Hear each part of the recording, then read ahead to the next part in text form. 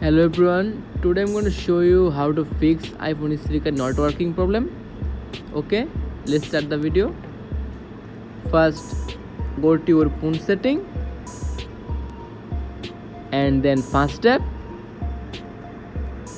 go to Bluetooth option and turn off Bluetooth. First step is done. Click on back option.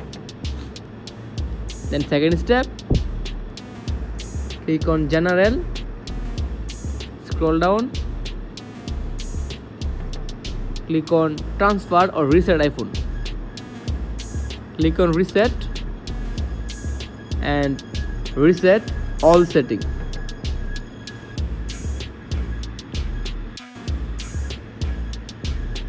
Hopefully your speaker problem will be resolved after resetting your device. Subscribe if you like the video. Thank you.